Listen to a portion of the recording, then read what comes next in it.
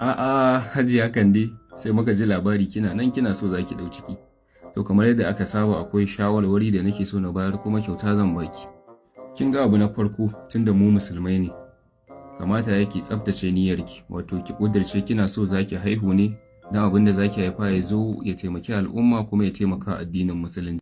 Ba wai don ƙawayenki su ma sun haihu ba ko kuma don a tara gado.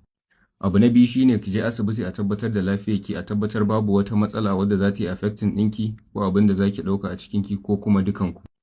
Abu na uku shine prenatal vitamins. Wannan vitamins ne wanda ake sha tun kafin ma mace ta ɗauki. Daga ciki akwai iron, calcium, folic acid da dai sauran. Musamman folic acid saboda yana taimakawa a farkon ciki wajen development ɗin nervous system ɗin shi abin da yake ciki. Rashin sa kan iya kawo matsala ta spina bifida.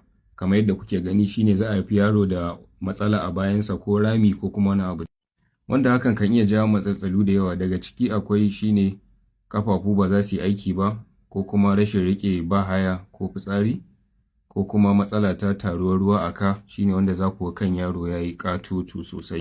To kin ga gaskiya wayannan abubuwa suna da muhimmanci sosai. Ai da ana tare ba sai kin gode mun ba, kawai ki gode wa Allah da ya haɗa mu.